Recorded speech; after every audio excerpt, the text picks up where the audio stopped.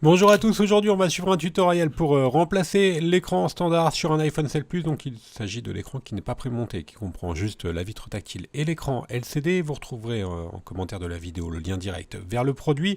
Il vous sera livré avec le patron des démontages qui va vous aider à repositionner toutes les vis et les éléments que l'on va enlever durant cette réparation.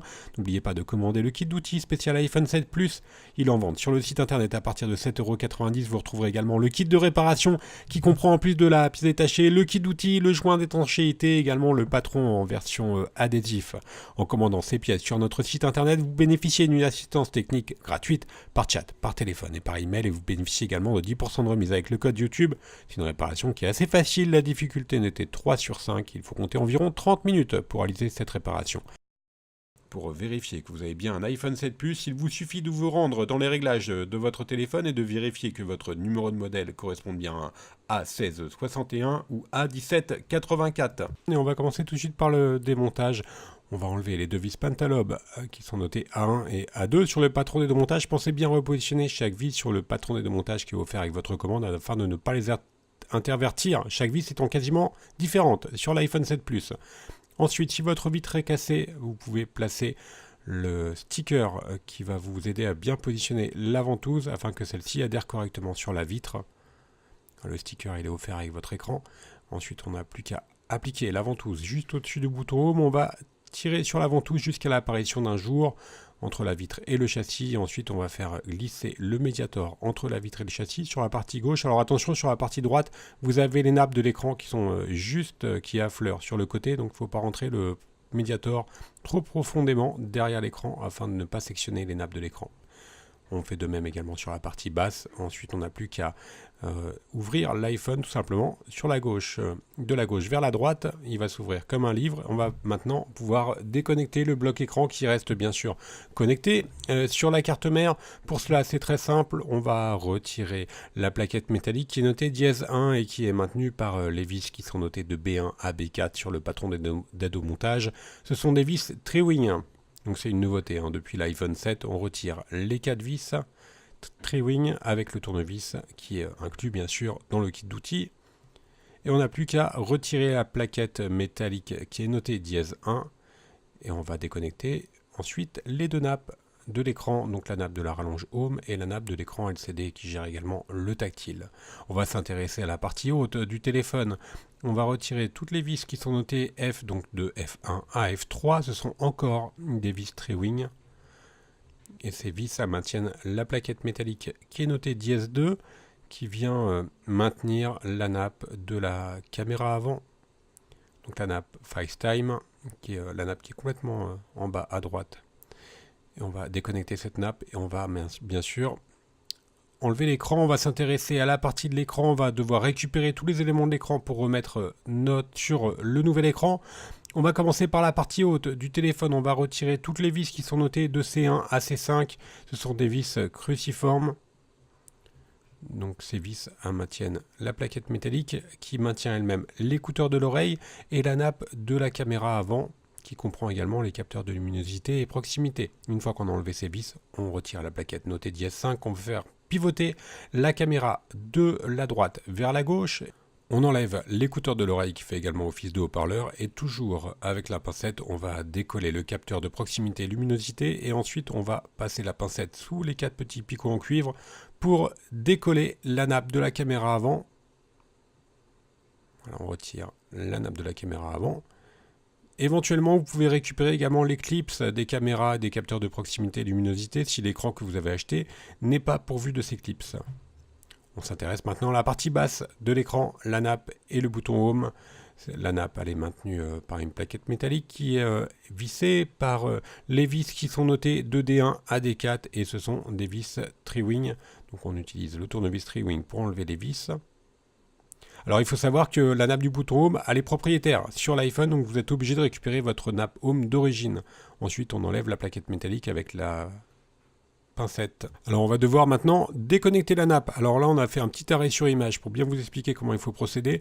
Avec le levier en nylon, on vient appuyer sur la nappe et avec la pincette, on vient la déconnecter. Voilà, il faut exactement faire comme sur la vidéo. Et là, on déconnecte tout simplement la nappe. Avec la pincette toujours, on va décoller la nappe Home en faisant glisser la pincette sous la nappe, entre la nappe et l'écran. Voilà, le bouton s'enlève tout seul. Ensuite, on n'a plus qu'à récupérer la plaquette métallique de l'écran LCD. Pour cela, c'est très simple. On va enlever dans un premier temps les 5 vis qui sont notées de E1 à E5 qui sont sur la tranche de l'écran. Donc ce sont des vis Triwing. Voilà, il y en a 3 sur le côté droit. Et ensuite 2 sur le côté gauche. Voilà pour la dernière. Il ne nous reste plus qu'une vis. C'est la vis notée E6 qui, elle, est une vis cruciforme qui est située à gauche du bouton Home. Maintenant, on peut retirer la plaquette métallique. La partie démontage est maintenant terminée. On va bien sûr passer au remontage. Pour cela, on va prendre notre nouvel écran et on va commencer par repositionner la plaquette métallique que l'on vient d'enlever. Alors, pensez bien à bien positionner la nappe dans le trou qui est prévu à cet effet-là. Et la plaquette de l'écran, je vous le rappelle, elle est maintenue par 5 vis qui sont sur la tranche, qui sont notées de E1 à E5. Et ce sont les vis Triwing, 2 à gauche, 3 à droite. Il n'y a pas de difficulté particulière. Voilà pour la dernière. Et enfin, la vis cruciforme qui était à gauche du connecteur de charge. On remet la nappe Home d'origine sur son emplacement. On vient la recoller sur l'écran et on vient la reclipser. Alors, reclipser là avec les doigts, c'est plus facile qu'avec la pincette. On va refixer maintenant la plaquette métallique qui maintient la nappe Home et la plaquette métallique, elle était notée dièse 3. Elle est maintenue par les vis qui sont notées 2D1 à D4, les vis Triwing. Donc pour rappel, vous êtes obligé de conserver votre bouton Home d'origine pour conserver la fonction Touch ID. Si vous remplacez votre bouton Home, vous allez perdre la fonction Touch ID. Si éventuellement votre écran n'est pas fourni avec l'éclipse caméra et capteur de proximité luminosité, remettez l'éclipse. Ensuite, on n'a plus qu'à remettre la nappe de la caméra avant. C'est très simple, il y a des petits picots qui vous permettent de bien positionner la nappe. On remet les capteurs de proximité et de luminosité. Ensuite, l'écouteur de l'oreille, on vient refermer le tout en repositionnant la caméra pour refermer le tout. Après, on va remettre la plaquette métallique qui est notée dièse 5. Moi, je vous conseille d'appuyer sur le doigt sur la plaquette métallique pour bien pouvoir repositionner au moins la première vis. Il y a des petits ressorts, vous avez vu, sur l'écouteur de l'oreille qui peuvent empêcher le bon encastrement de celui-ci, de bien l'encastrer. Si vous voulez conserver l'étanchéité de votre téléphone, on vous conseille de changer le joint d'étanchéité. Donc au préalable, il aurait fallu bien sûr nettoyer le châssis et repositionner les nouveaux joints d'étanchéité qui sont inclus dans le pack de réparation ou qui sont en option sur la fiche produit de l'écran. Une fois qu'on a remis le joint d'étanchéité, on n'a plus qu'à remettre notre écran en commençant par connecter la nappe de la caméra avant. On va remettre la plaquette qui est notée dièse 2 une fois qu'on a correctement connecté la nappe de la caméra FaceTime et qui est maintenue par les 3 vis Triwing. Une fois qu'on a remis les 3 vis, on n'a plus qu'à s'intéresser à la partie basse. On va reconnecter les 2 nappes, donc le tactile et qui fait également LCD et la nappe Home.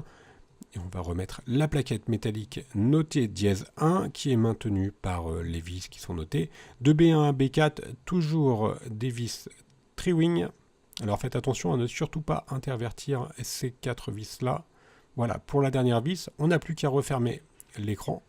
Donc tout simplement, on va le repositionner et ensuite on va appuyer sur tout le contour du téléphone pour encastrer correctement l'écran dans le châssis. Et enfin, on remet les 2 dernières vis, les vis Pentalobe qui sont notées A1 et A2 sur le patron de montage. Voilà, la réparation est maintenant terminée. N'oubliez pas que vous bénéficiez de 10% de remise avec le code YouTube sur notre site internet. Vous retrouverez en commentaire de la vidéo le lien direct vers les produits. Merci à tous de nous avoir suivis et n'hésitez pas à nous suivre sur les différents réseaux sociaux.